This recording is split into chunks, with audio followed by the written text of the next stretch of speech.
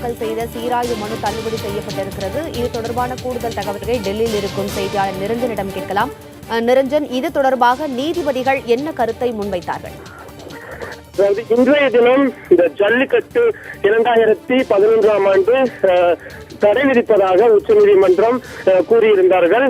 இது எதன் காரணமாக என்றால் 2011ஆம் ஆண்டு மத்திய அரசு ஒரு நோட்டிபிகேஷனை கொடுத்திருந்தார்கள். அதாவது காட்சிப்படுத்துவதற்கு தடை செய்யப்பட்ட விலங்குகளின் பட்டியலில் காளைகள் சேர்க்கப்பட்டுள்ளதால் ஜல்லிக்கட்டுகள் இனி நடக்காது என்று அப்பொழுது இருந்த காங்கிரஸ் அரசு ஒரு மிக முக்கியமான ஒரு நோட்டிபிகேஷனை கொடுத்திருந்தார்கள். இதற்கு எதிராக தமிழக அரசு உச்சநீதிமன்றத்தில் மனு தாக்கல் செய்திருந்த நிலையில் அந்த மனுக்களானது 2014ஆம் ஆண்டு தள்ளுபடி செய்யப்பட்டது.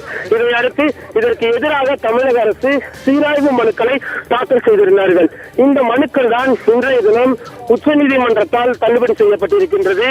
இதில் மிக தெளிவாக கூறியிருப்பார்கள் என்னவென்றால், இந்த மனுக்கள் எதுவும் ஏற்றுக்கொள்வதற்கு தகுதியானது அல்ல என்று கூறி தள்ளுபடி செய்திருக்கின்றார்கள். அதே போல ஜல்லிக்கட்டினை அனுமதிக்க முடியாது என்றும் மிக திட்டவட்டமாக தெரிவித்திருக்கிறார்கள்.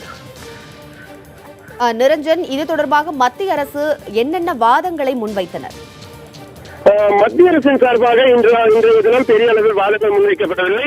தமிழக அரசு மற்றும் விலங்குகள் நல அமைப்புகள் சார்பாகத்தான் வைக்கப்பட்டது. அதன் முக்கியமான ஒரு விஷயமாக தமிழக அரசின் சார்பாக இதனை ஒரு மதம் சார்ந்த விஷயமாக பார்க்கப்பட வேண்டும் என்று மிக திட்டவட்டமான வாதங்கள் வைக்கப்பட்டது.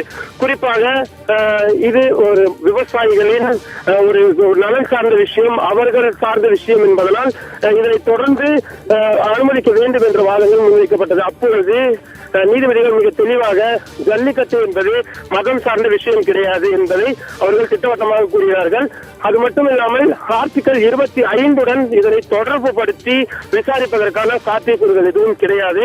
தமிழக அரசே ஜல்லிக்கட்டுமே ஒரு நிகழ்ச்சி தான் என்று வரையறுத்திருக்கின்றார்கள் என்று பல்வேறு விஷயங்கள் குறிப்பிட்டிருந்தார்கள்.